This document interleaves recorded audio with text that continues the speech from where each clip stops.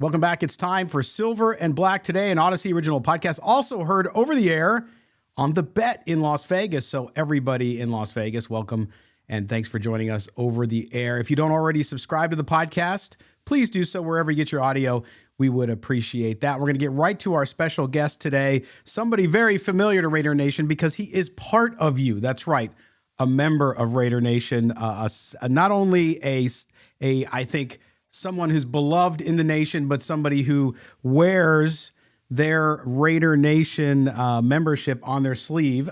But you tell it like it is, too. So you're not just a fan, you're also objective. Of course, that is Jason Fitz of ESPN. You can catch him pretty much anywhere on ESPN, on the TV side, of course, on the radio show daily, and also digital as well. Jason, thanks for being back with us here on the show. No, thanks for having me. It's always a blast. And look, I love talking about this team. I say this all the time, but one thing I really thought when I started at ESPN was that at some point they'd be like, hey, shut up and stop talking about the Raiders. But luckily, they've never told me I have to do that. So, Greeny gets to talk about the Jets. I get to talk about the Raiders. And I think, Raiders fans, we get to sort of live through these moments together.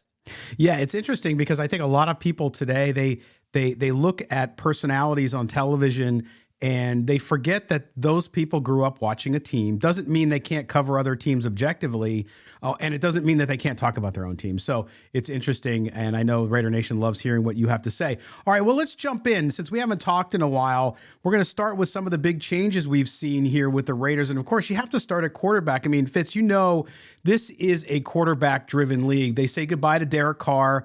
That whole weirdness around Carr, people love him, hate him, and nobody in between, it seems like. Now you move on to Jimmy Garoppolo. Give me your thoughts on this and what you're thinking about the position and what a Jimmy Garoppolo means for the Raiders versus what a Derek Carr-led team was like.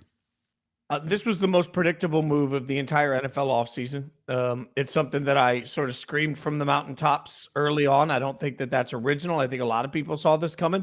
And the funny thing is sometimes what you have to do, even as a fan, is you have to remove your heart from the equation and just put the shoes on the other foot game. You have to use total logic. So if I'm Josh McDaniels, and what I know is I have two different objectives. Objective number one is I want to build a team that long-term can compete with the Kansas City Chiefs consistently year in and year out. Objective number two is I'm not going to survive a bunch of really bad years. So I've got to win enough games to show everybody that I'm going in the right direction. I will add a third objective. And the third objective is how can I bring people in that can help teach my system, my culture, and the way I want to do business?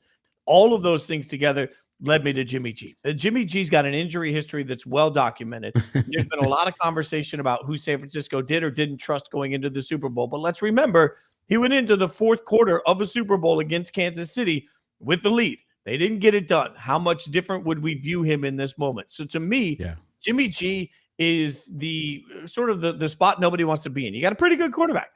He's pretty good. And if he's healthy, he's going to be pretty good. But more importantly, think back to Jimmy G, the teammate.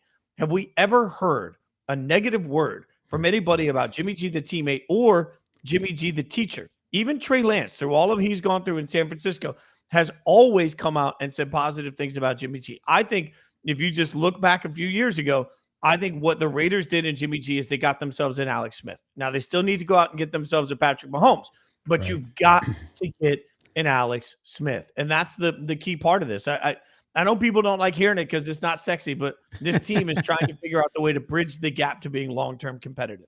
Absolutely. And I think you're right. And Mo's out sick today, but we've been talking about that since, I don't know, maybe November, about the fact that when you have a culture shift like that and you have a quarterback, because a lot of fans, I think, and you hear from them too, and that is they're angry because last year Mark Davis and last year Dave Ziegler and last year Josh McDaniels said we're not in rebuild mode, and now they are.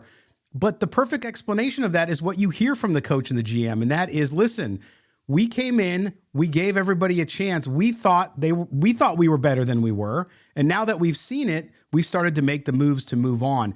Do you see that too? I think fans get angry because you know how long it's been, because you've suffered through it too for this Raiders franchise to get where people want it to go. But this is a necessary step. You have to build long-term to win in the NFL, and you have to get your future quarterback.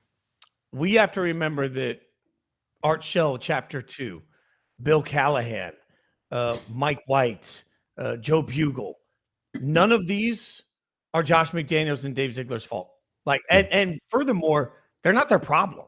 So the problem for us, and I mean us, like if you ask me my biggest Raiders memories, most of them are huge losses in, 51-3 AFC championship game when I was a kid. And I remember sitting there in the couch and I looked at my dad and I was like, well, if they scored that many points in the first half, we could score that many in the second half. And it's like delusion has been in my blood since I was a child with this team. But the thing of it is, that's not Ziegler or McDaniels' fault to fix. All they can do now is deal with the hand that they have. Now, I think Mark Davis was particularly brutally honest, whether we like it or not, whether anybody wants to believe it. And this is the world we live in. Like, we want owners to speak, and then when they speak, we don't believe what they say. What did he say? I know he said he did not believe that coach and GM really knew what they were getting into until they got in the room. That tells you that, hey, even Mark Davis, and whether this is revisionist history or not, we'll never know. But right now, what Mark Davis is saying is, hey, I knew that the team on the field was not the same as the guys in the locker room, and they were going to have to come in and find that out. I will always go back to Harry Douglas, my co-host on radio every day. He's got somebody that he played with in the league that he knows well that played in New England system that he told me one day is the smartest, not just player, person he's ever worked with in his life. And he asked him, how complicated is that Josh McDaniels offense? And the player came back to him and said, it's like nothing I've ever experienced. It is that difficult. And he said, imagine this. Every single wide receiver, every single running back could have up to 5 different reads on every play, depending on the defense. And the quarterback's got to know which of those reads are happening where all across the board. So that means if you're in 4 wide, right? If you're in 4 wide, that's 20 different options. And the quarterback and the wide receiver are going to have to see that the same. Now, everybody comes back to that and says, well, simplify your system. Josh McDaniels wasn't hired to simplify his system. Like, he believes in his system. So this is like barbecue at this point. They are taking a slow and low approach. Like, you just got to let it ride out. You just got to cook. You've got to get the right teachers in the room and then build the talent up while you establish a culture. Yeah, and it's interesting because fans, you're right. You made the salient point at the beginning of your statement there, which was about, look, all the things that have happened in the past is not this current regime's problem, right? But people see what happened last year, and there's been this false narrative, and I've challenged it, and I've been positive, Fitzy, on social media, and I get people coming back at me double time with the hate because I say, look, you have to give them a chance to do it. You have to do this. What happened the last 20 years has nothing to do with what's happening now. What happened the last 20 years is because you didn't go about it as methodically. You had constant turnover, I should say. And so nothing ever was able to gel. When you look at now what's happening, and now it seems to be more settled. I think the fans' ire is more settled on Josh McDaniels because of last year, because they said, hey, this guy took a playoff team, and last year they only won 6 games. But you and I know, you cover the entire league, you know that year, getting into the playoffs with Rich Bisaccia, great on him, and it was great that team came together in the midst of tragedy, but that was not a sustainable playoff roster. No, that was the luckiest year I've ever watched as a Raiders fan, and last year was the most unlucky year I've ever watched. So where does it fall? Somewhere in the middle. Now, I think it's a fair criticism that at times Josh McDaniels wasn't creative enough as a play caller. I think that's really fair. What we don't know is how much of the offense did he even feel comfortable getting out there and giving everybody. We can't know that. And, this is the hard part about it is that sometimes it just takes time. And I would tell everybody, no matter what you do for a living, I don't care if you sell cars, I don't care if you work in radio, I don't care if you make widgets, right? When new management comes in, they always think everybody's great. And then they start changing systems around. And the minute they start changing, how many times, I don't care if you work at the local fast food place and you're like, I do this really well. Now you're asking me to do that. That's what the Raiders organization has been going through. And while I hear people when they say, well, frankly, you should change your strategy to work with the players.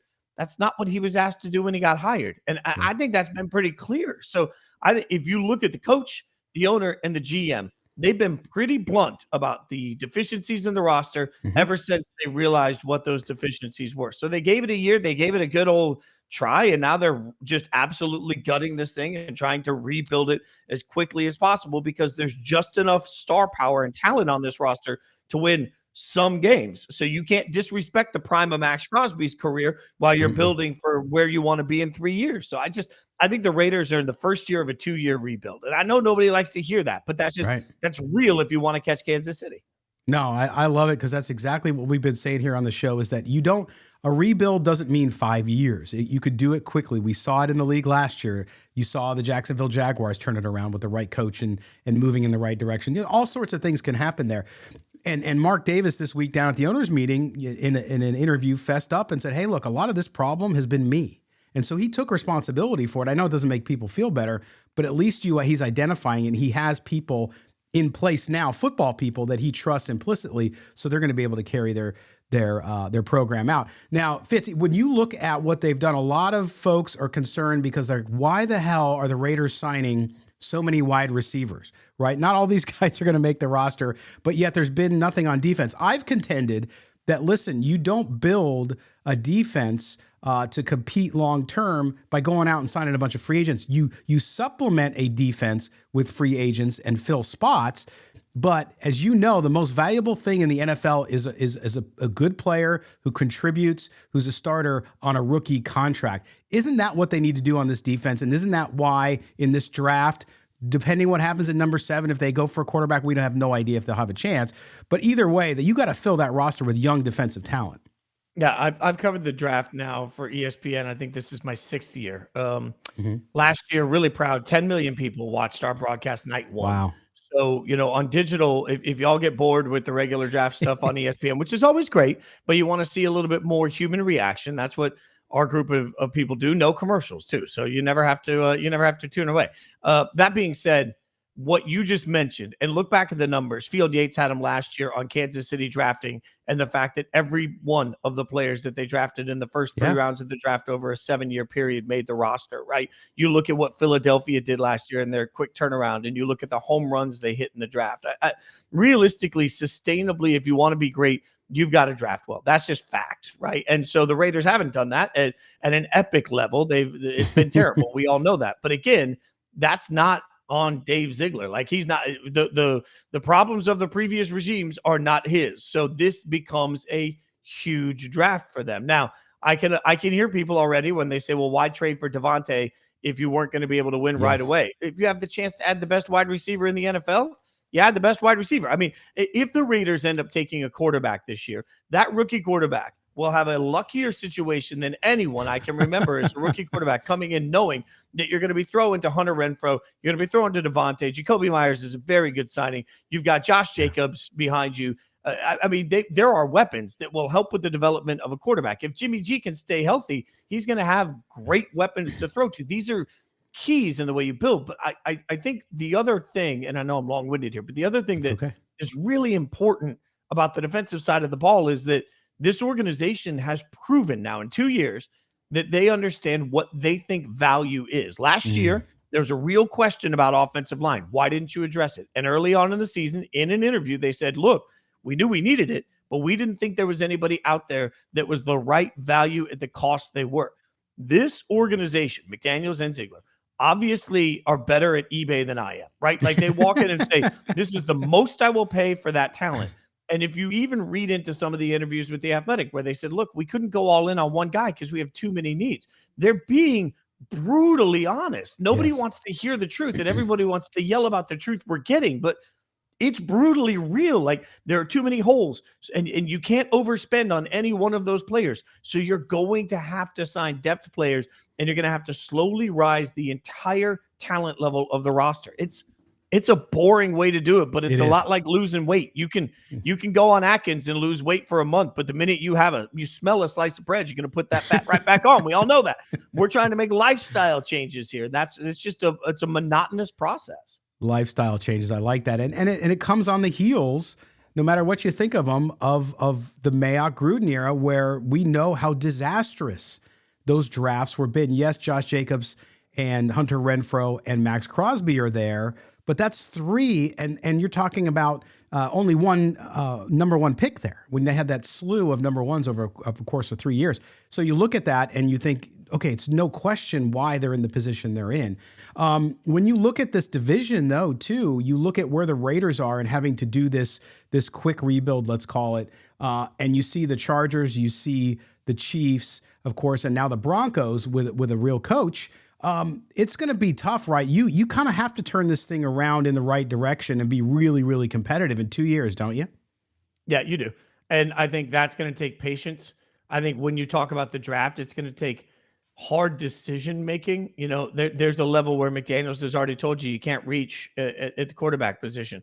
So if you're a team that has a ton of holes, are you going to reach for a quarterback that may or may not play at 7 overall, that may or may not be ready for the league, and hope that you can develop that guy? Or are you going to either stay where you are and take the best player available on the board, or trade down in a draft that seems to have a pretty good amount of depth to pick up more?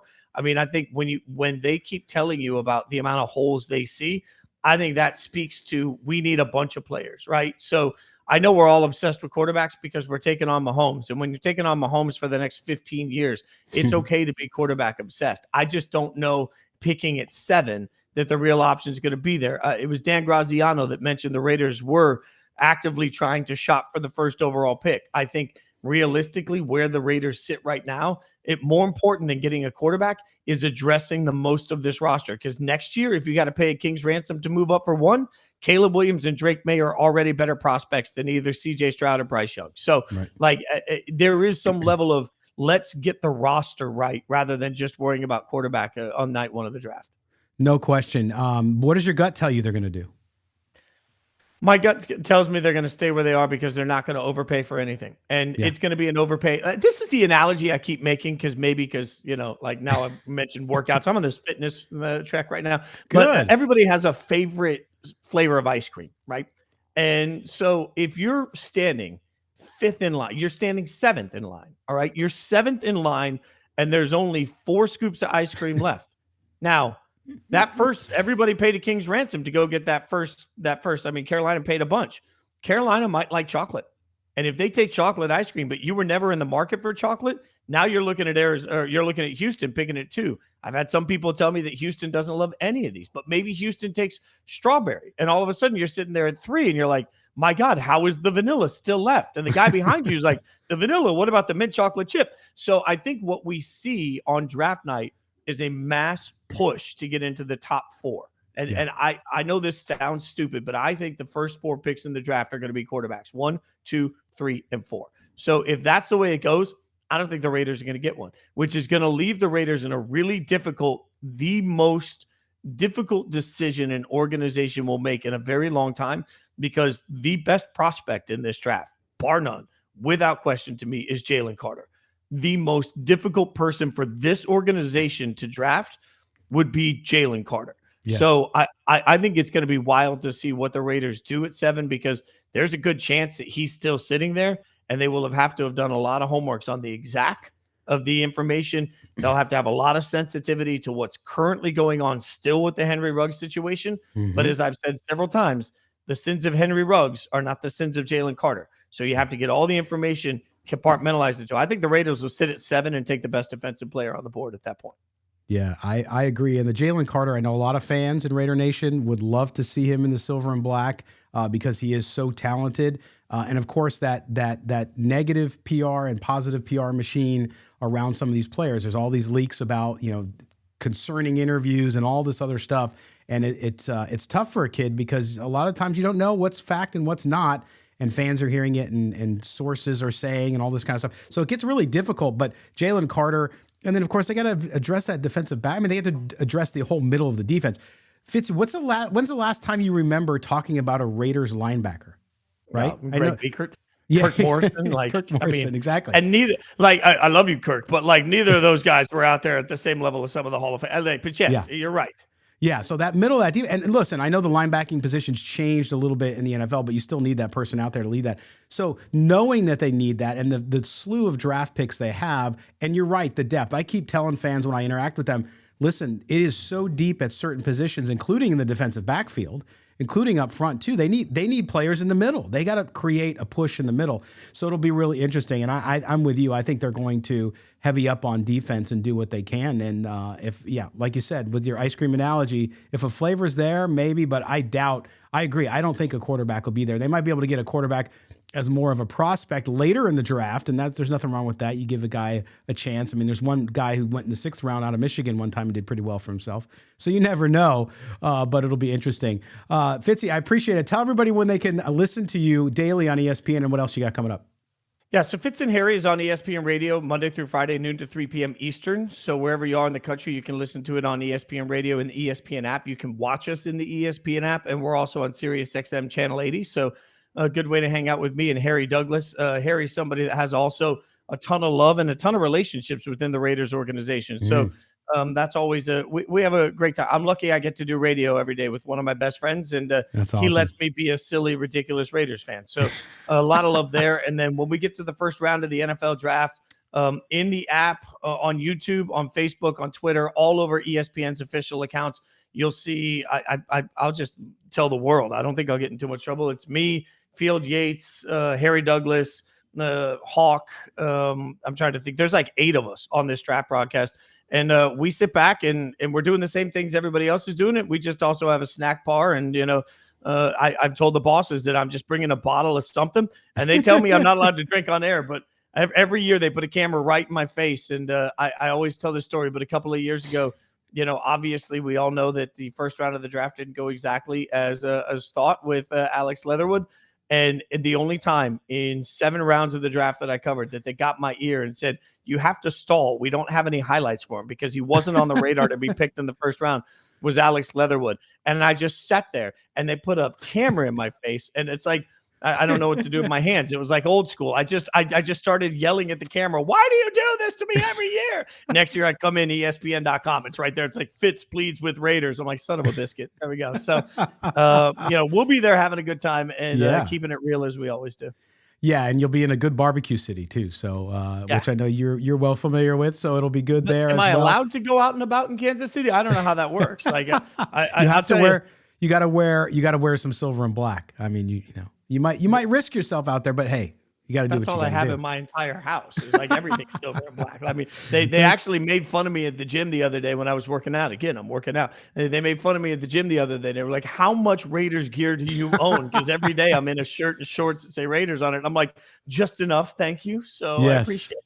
Yes, our buddies had Homage too. Great stuff too. I know you wear some of their stuff too. I love that. It's great. Great stuff.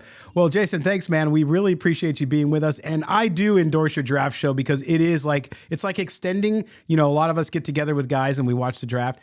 When you extend, it's like you're just an extension. You're just a bunch of other guys there, of course, with a lot more knowledge than most people on the NFL and a great team. So nothing against the guys on TV, but I love the digital side and I highly recommend it. So good luck to you, man. We will talk to you after the draft. We'll get some reaction from you and see how you're feeling.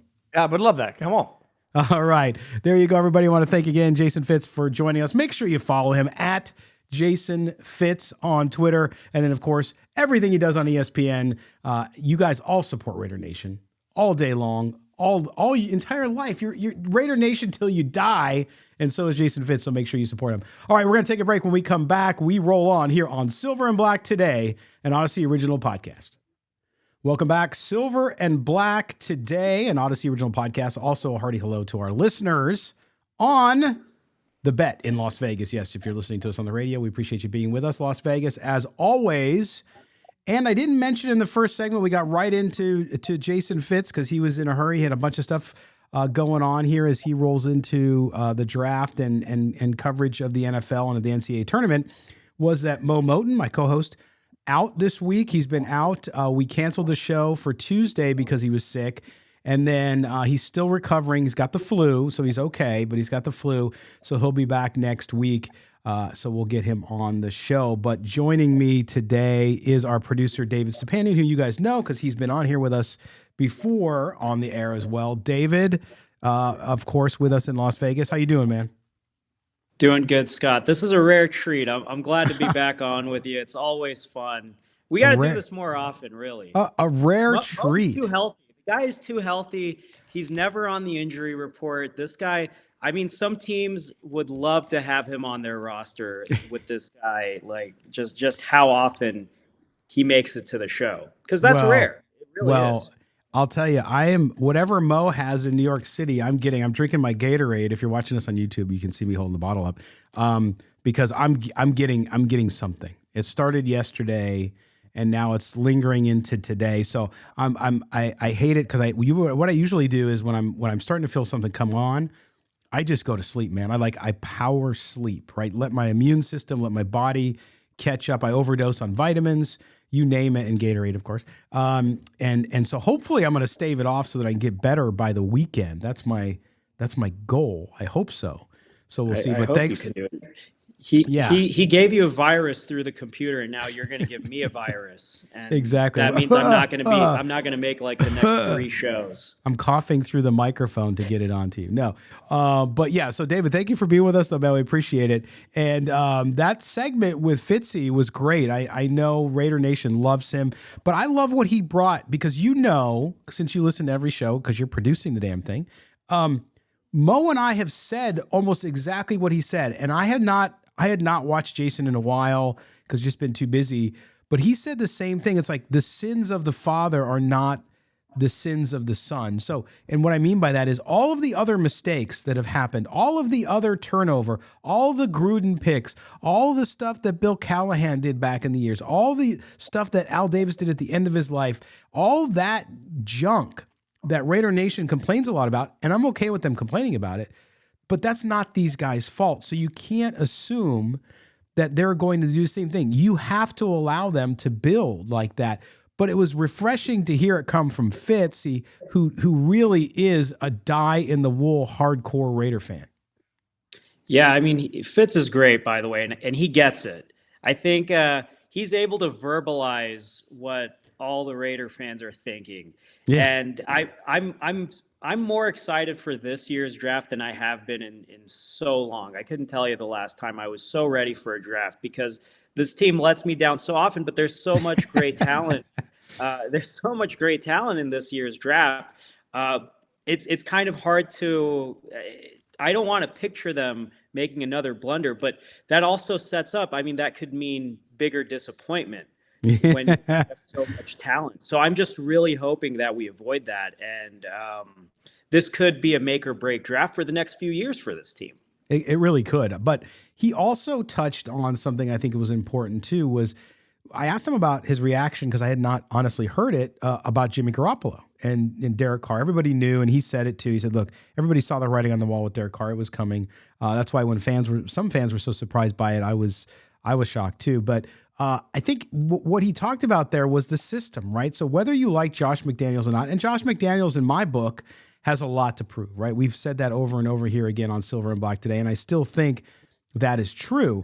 At the same time, the point, though, about the system is so important because he talked about it the same way I did. I think it was 2 weeks ago where I said, when you buy a business, you come into the business and you have employees. And you look at the employees and the owners on the way out tell you, hey, no, these are all great people. They're good. You have a good staff here. Then you start assessing them and you institute changes in the business, whether it's how you handle cash or how you handle scheduling or whatever it may be. And then you learn that some of those people just don't fit. And I think that's what you've seen with this Raider team is they honestly came in, they overvalued the talent they had last year, discovered it wasn't what they thought it was, and that they couldn't adjust to the system, and so they had to change. To me, that's at the crux of why some fans believe the Raiders lied, when in actuality they did not. They just assessed something from the outside, and once they got inside, they realized it wasn't good enough. Yeah, and this brings me back to something Fitz said in the last segment. 2 seasons ago, that was the luckiest year the Raiders had. I said that on Twitter, and people were calling me crazy.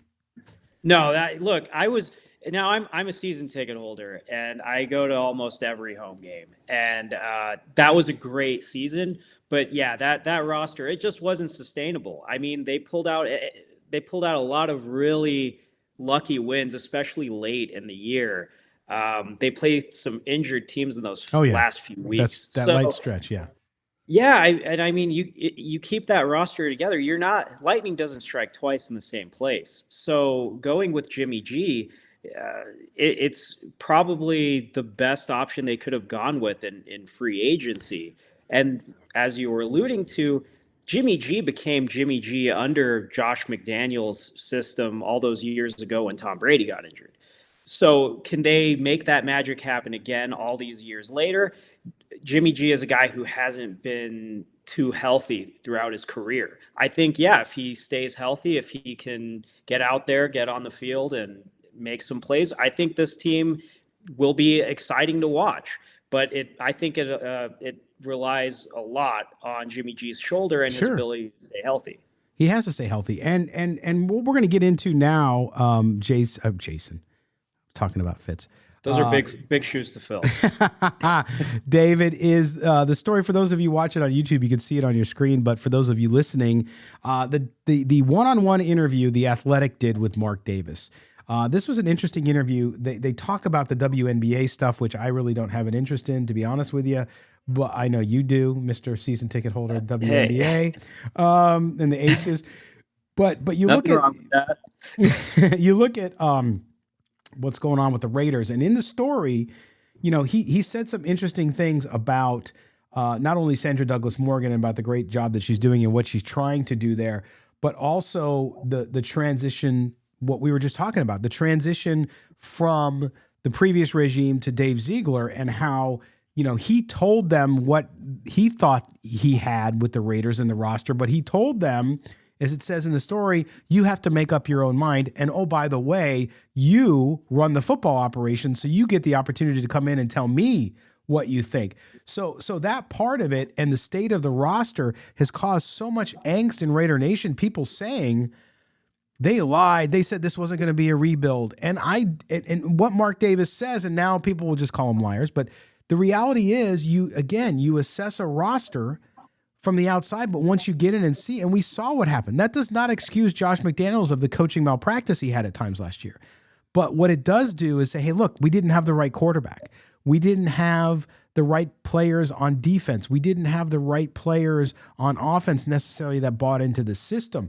This is nothing new. And this is what I've been trying to say, and I think we've said a lot on the show, David, which is you have to, I know you're fans, but you have to take the emotion out of it and look at the business side of things. The reason that the Raiders have been so bad for so long is because of emotion, because of turnover. Al Davis loved players that he loved. He didn't necessarily, towards the end of his life, look at what it meant for his team if that player didn't pan out.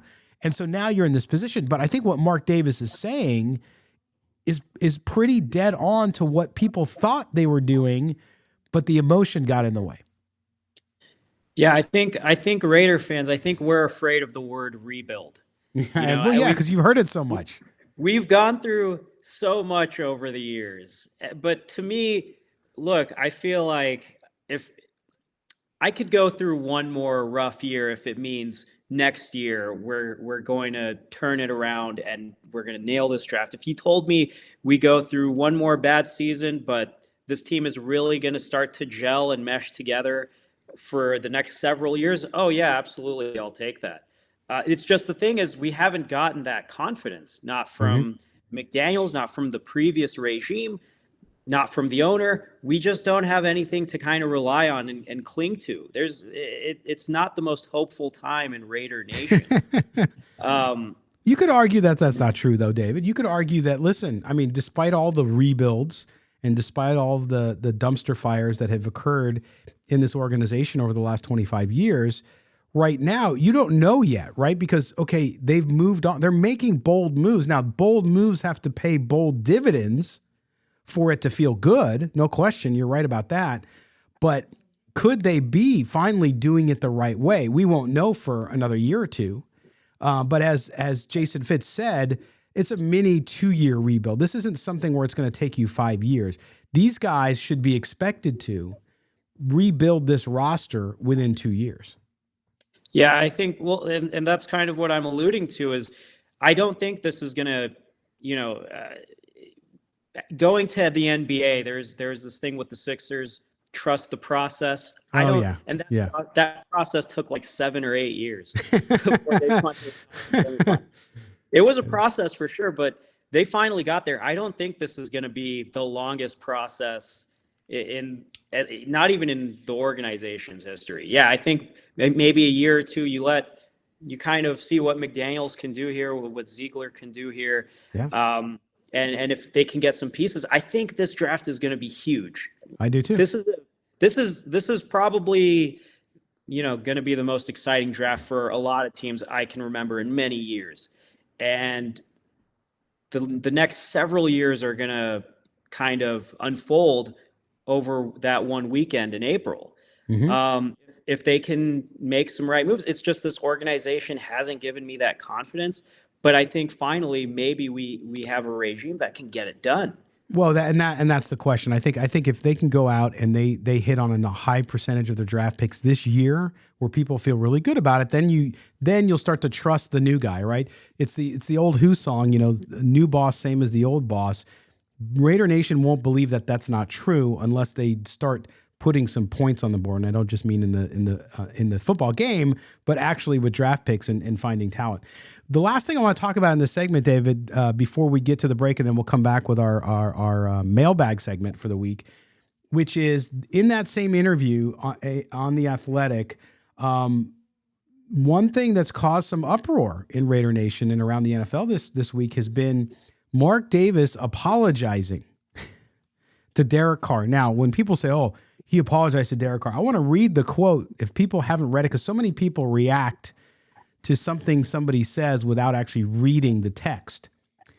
And in essence, what Mark Davis said was, listen, I'm responsible. And he said this, he said, as I told Derek, the only consistent thing with the Raiders for the last 11 years has been me.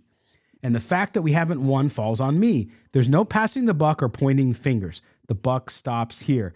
And I apologize to him for not being able to get it done. That's how I feel. Now, this is the same paragraph where he said, no, he did not greenlight or prompt the organization to get rid of Derek Carr. That was a football decision. He transitioned into obviously a kid he knew, drafted coming out of college. They drafted him. So he knew Derek Carr for 10 years. And he basically said he apologized for not having a better organization. I don't see anything wrong with that. But I do see where people are upset about it is because, okay, so why have you been doing this for 11 years and now why should we trust you, right? It's just what you said just a minute ago. Yeah, I think look, I can't imagine how tough it must be to be an NFL owner. And people are certainly not happy with Mark Davis, especially after these comments, because you're kind of admitting that all these years have kind of amounted to very little. And, Raider Nation deserves a lot more. And I think Derek Carr deserved more too, because a lot of these years we were saying these things like, oh, he's got to learn a new playbook. He's under a new system. I'll admit he didn't have the best situation for a lot of those years. And when it finally seemed to be gelling together under Gruden, the Gruden controversy happens and that whole season happens. They still made the playoffs that year, but that was kind of the best shot that they had. And it all fell apart in the end there. It did. And the last thing I'll say about that piece too, Mark Davis talked about something also that many of you get fired up about, which is visiting fans inside of Allegiant Stadium. Okay. And David, you're a season ticket holder, like you said, so you've seen it firsthand. He said, I'm pissed and embarrassed that other teams' fans were there. Number one, I was pissed we're not playing well and we're not giving those people an opportunity or a desire to be there. And we are in one of the most beautiful stadiums in the world city that everybody wants to visit. We better do damn well and win if we want our fans to be in those seats. But I do not have and have never blamed the fans. So there's Mark Davis basically saying, look, the reason why there's not more Raider fans is because we don't win. And I agree with that. He also talked about the fact that he did not have fans kicked out for signs, just to clear that one up, because a lot of people said, or some security guards said that's why people were getting kicked out of signs. But anyway, Mark Davis there just making sure people understand that he knows that if they win, that'll take care of itself. I think after going to so many games, I think some fan bases travel better than others. Yeah. I think Raider Nation is great, and they travel well also. I think they show up to most Raider home games. But there have been these games here and there, like when they played the Bears a couple years ago. I'm not ever going to forget that. I felt like I was in Chicago, and I've been to Soldier Field, and there was more Bear fans at Raiders Bear games in Vegas than there are at Soldier Field. It was insane. And there are some teams that do travel very well. And I think the Packers are on the schedule next season. Oh yeah. This is an issue that's not going to just, turn around overnight. Not every team gets to be the Golden Knights, where every single night you get 90% Golden Knight fans. Yeah, it's very rare. You get that home. Yeah, especially in the NFL. You know, Yeah. a lot of fans travel well, and this is something in a lot of stadiums. I've been to every Raider game at SoFi Stadium, and I would say, you know, besides maybe that Rams Thursday night game, it was all Raider home games, honestly. Oh, yeah. There was Same a with the Rams Charger Raiders games. Thursday night game. That might have been more 50-50, but Yeah. outside of that, Raider fans travel well also. And this is just the nature of the beast now. I travel to a lot of Raider road games. Yeah. You know, a lot of people do. And other fan bases want to go to Vegas. I mean, that's the bottom line is it's a destination city with a lot to do. I mean, you just got through in Las Vegas, one of the most exciting sports weekend the city's ever had, between the tournament, between everything going on with college basketball, but also you had concerts, you had all this stuff going on. You have F1 coming, of course, which is going to be a huge, huge deal in Las Vegas. So there's lots to do there. People want to go. So of course fans are going to come in. And yes, the Raiders will sell out and keep more of their seats with their fan base if they can win. It's just a bottom line. All right, we're going to step aside for our last break here on Silver and Black today. When we come back, we're going to do the Raider Nation Mailbag. So don't go anywhere. You're listening to Silver and Black today, an Odyssey original podcast, also heard on the Bet in Las Vegas on the radio. So stay with us. We'll be right back. Welcome back to Silver and Black today, an Odyssey original podcast, also heard on the radio on the Bet in Las Vegas. Thank you to our listeners in both spots. Also to our viewers on YouTube. If you don't already subscribe to the podcast, please help us out. Do so. Do me a favor this week, too. A special favor just for me and for our sick colleague, Mo Moten, who's at home in New York, recovering from the flu. Give us a 5-star rating on Apple Podcasts. If you would do that, we would really appreciate it. It'd be a very nice gesture. Tell people what you think of the show. And also, if you're on YouTube, hit the subscription and the notifications bell so you get a notification every time we have a new show. We're going into the home stretch here. It is Skakko Branson. It is our producer, David Stepanian, joining me for these final two segments today with Mo out. And David, a couple things here. Of course, we had some signings. The Raiders continue to sign wide receivers. I think they have 50 of them now. They signed DeAndre Carter from the Chargers to a one-year deal, $2.375 million. He's coming off a season where he had 46 catches, 538 yards, and 3 touchdowns. He also ranks second in the NFL with almost 12 yards per punt return. The Raiders have not had great kick returning. I think DeAndre Carter will be their punt returner, will get some time, especially in some of those sets that you see Josh McDaniels run that we saw last year where he's bringing wide receivers on reverses. We saw it with Devontae Adams, some of them ill-advised, but nonetheless, that's in their bag of tricks. I like the signing of DeAndre Carter. Yeah, same here. And a lot of these signings we've been seeing the last few weeks, you just don't know if these guys are even going to make it out of the preseason. Right. But this is a great pickup, I think, especially for a season like this. This could be, you could see him kind of being in that slot, being a kick returner. Kick returning wasn't great last season either. So I think this is a great pickup, especially when you see these signings and you're just not sure what's going on. Exactly. All right. Well, it's time for one of our favorite weekly functions around here and features, and that is, of course, the Raider Nation Mailbag. Raider Nation is never shy. You ask, we answer. It's time for the Raider Nation Mailbag. What's on your mind, fam? Drop us an email at mail@silverandblacktoday.com. That's mail@silverandblacktoday.com. Now, it's your time to speak up. All right, here we go for the Raider Nation Mailbag. Skakko Branson, David Stepanian, our super producer, is with us. We're going to go through just a couple tonight because my voice is about to give out. Yes, I'm fighting up. Mo sent me in the mail his sickness. Do you believe that, David? He sent me a letter and it just opens up and it says, "You're sick." Yeah, that was a big thing back in the 90s, opening up letters and there was like poison in there. That was early 2000s after 9/11. Yes, when you were in second grade? I was fourth grade. Fourth grade. I was fourth grade. Close. Come on. I was close. Close enough. There you go. Hey, were you in school when UNLV won the title back in 1990? So I got to UNLV the year after. Final Four. 91-92.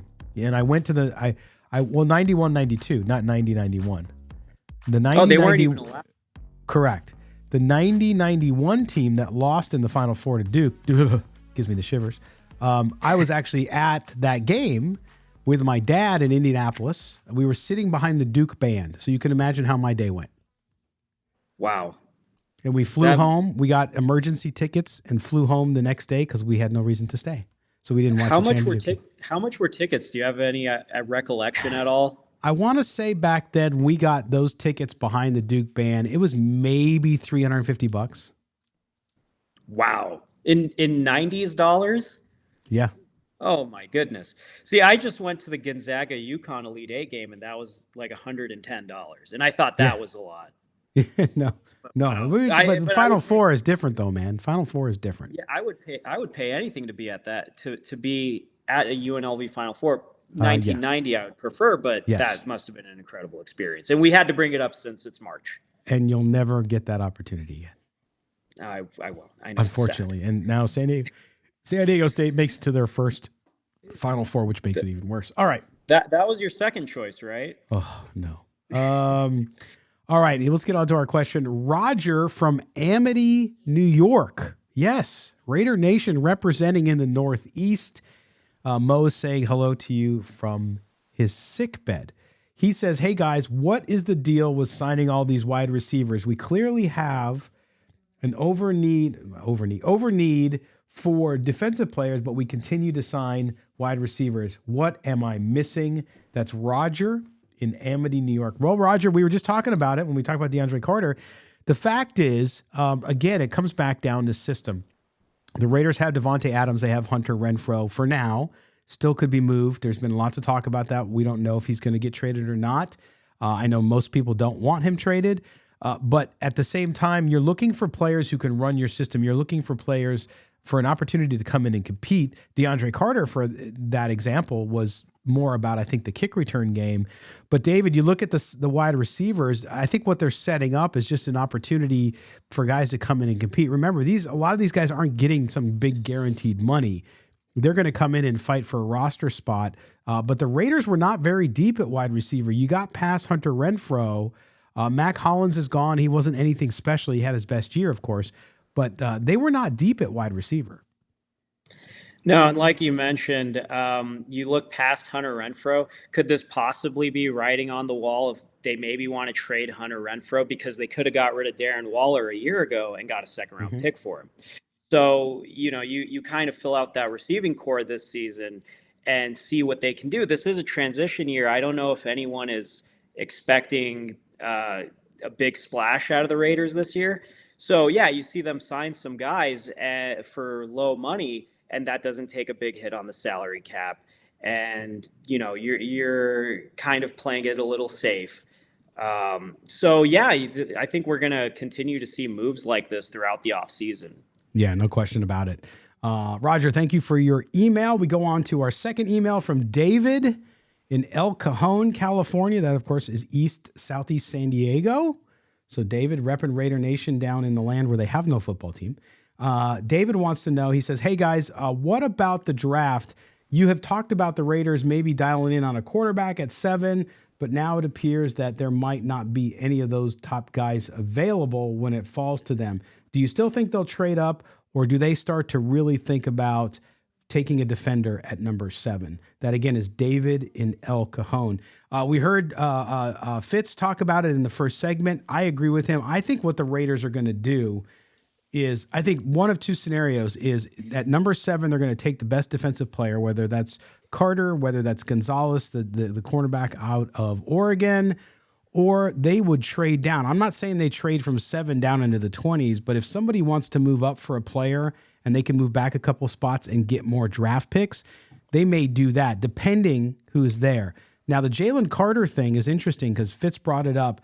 The point about the character issues that everyone keeps talking about, the point that the Raiders have gone through some really difficult times, the Henry Ruggs situation, all that makes it a little difficult. You have to be completely sure that you do it. What does your gut tell you, David? What do you think the Raiders do at number 7? I think Fitz said it perfectly. I think the Raiders stick to that number 7 spot because if you move up, I mean, you don't know what's going to happen on draft night. And what he said about QBs going 1, 2, 3, 4, that's very possible. I could see that happening. And you just don't know. That 7 spot, maybe Jalen Carter falls down there. Maybe you get Will Levis. Who knows? I think a lot of it goes down on draft night. I wouldn't be too surprised if they do move down, like you said. If there isn't a guy who maybe they want right away, if they can move back a couple spots, make a trade. I don't think we see that in something like that until draft night, but I could see something like that. I don't think they move up though. Yeah, I don't think so either. I don't think there's anybody worth moving up for at this point because I think the top 2 quarterbacks will be gone in 1 and 2. And then he thinks that they're going to go 1, 2, 3, 4, which would be crazy for the quarterbacks to go that way, but you never know. And so there might not be anybody left anyway. So it'll be interesting to see there what's going on. But David and El Cajon, thank you so much for your email. Our last email is from William. William writes to us from Las Vegas. So right there in Las Vegas. He says, I've heard a lot, and this is ironic because we were just talking about it. I've heard a lot of complaints about Allegiant Stadium and visiting fans coming in. What can Raider fans do to ensure that it doesn't happen this coming year? Appreciate the show. Hope Mo feels better. Thanks to all of you, William in Las Vegas. We just talked about it. I mean, you got to win, but I don't think there's anything Raider fans can do. There's a lot of Raider Nation season ticket holders, David, like you, sometimes fight with one another because season ticket holders feel that other season ticket holders should not sell their tickets to non-Raider fans. So clearly they're not fans of capitalism. I mean, you sell your tickets to who you sell your tickets to, but I think you would have more Raider fans that would want to buy them if you're winning. It's funny because I see here like on local OfferUp or local Craigslist, I'll sell this, must meet it in person, cash only, must be a Raider fan, locals only, no tourists. We want to get as many Raider fans, actually. We want to get their butts in the seats. And this is what I'm here for. Scott, I could talk all day about the Allegiant Stadium experience and visiting fans coming to Vegas. I just feel like, look, how many Swifties just Vegas, right? You circle Vegas. But here's the thing, though. You could, like you said, you saw an OfferUp. You have to meet in person and be a Raiders fan. First of all, I don't know that I'm, do those tickets sell? If there's no Raider fans to buy them, you're going to eat your ticket. Look, man. I have two seats. I sell one on OfferUp, and I sell them to only locals only. Scott, and I'm not the only one who does this. That's because you're looking for a date during football season. Scott, if you're a single Raider fan, that's something else. But look, I think if you live here and you have the money to go to a Raider game, go out, support the team. It's a Sunday afternoon. Take your kids. It's a great time. Do you sell it at half price? What do you do? Well, are you getting face value? Face value for Raider tickets is far lower what the resell is. Yes. And we could do a whole segment on the ticket market for Raider tickets. We will sometime. Yeah, I think it gets pretty interesting for sure. But no, you could resell tickets even for cash. Like you could get a decent return on it. But that's not what the question was. That's the true. question was how do we get more Raider fans in the seats? And I just think it's up to us as Raider fans to show up, support the team no matter how bad they are. Get your butts in the seats. Or good. When they're good, I think the fans show up. The fans will show up. They just show up. They'll show up even more when they're good. Of course. No, you're right, though. You just got to come. I mean, that's just the way you got to do it. All right. David, man, thanks for stepping in for Mo. Appreciate it. Thank you for having me, Scott. All right. Now Until next time. That's right. David's going to go do his thing and produce the heck out of the show. So when you listen to it, it sounds great. When you watch it, it sounds great. It looks great, except for us. But other than that, it's real cool. So thank you to David. Also, again, get well to Mo. He'll be back next week. I'm going to go now get off the air here and try to get some sleep so I can fend off whatever this crud is. So we appreciate it. But a big thank you again to Jason Fitz from ESPN, big Raider fan, of course, joining us in the first segment. and to all of you for joining us. If you don't subscribe to the podcast, please do so wherever you get your podcast. And to our listeners on the Bet in Las Vegas, thank you for being with us. For our producer, David Stepanian, I am Scott Branson. This has been Silver and Black Today. Take care, everybody.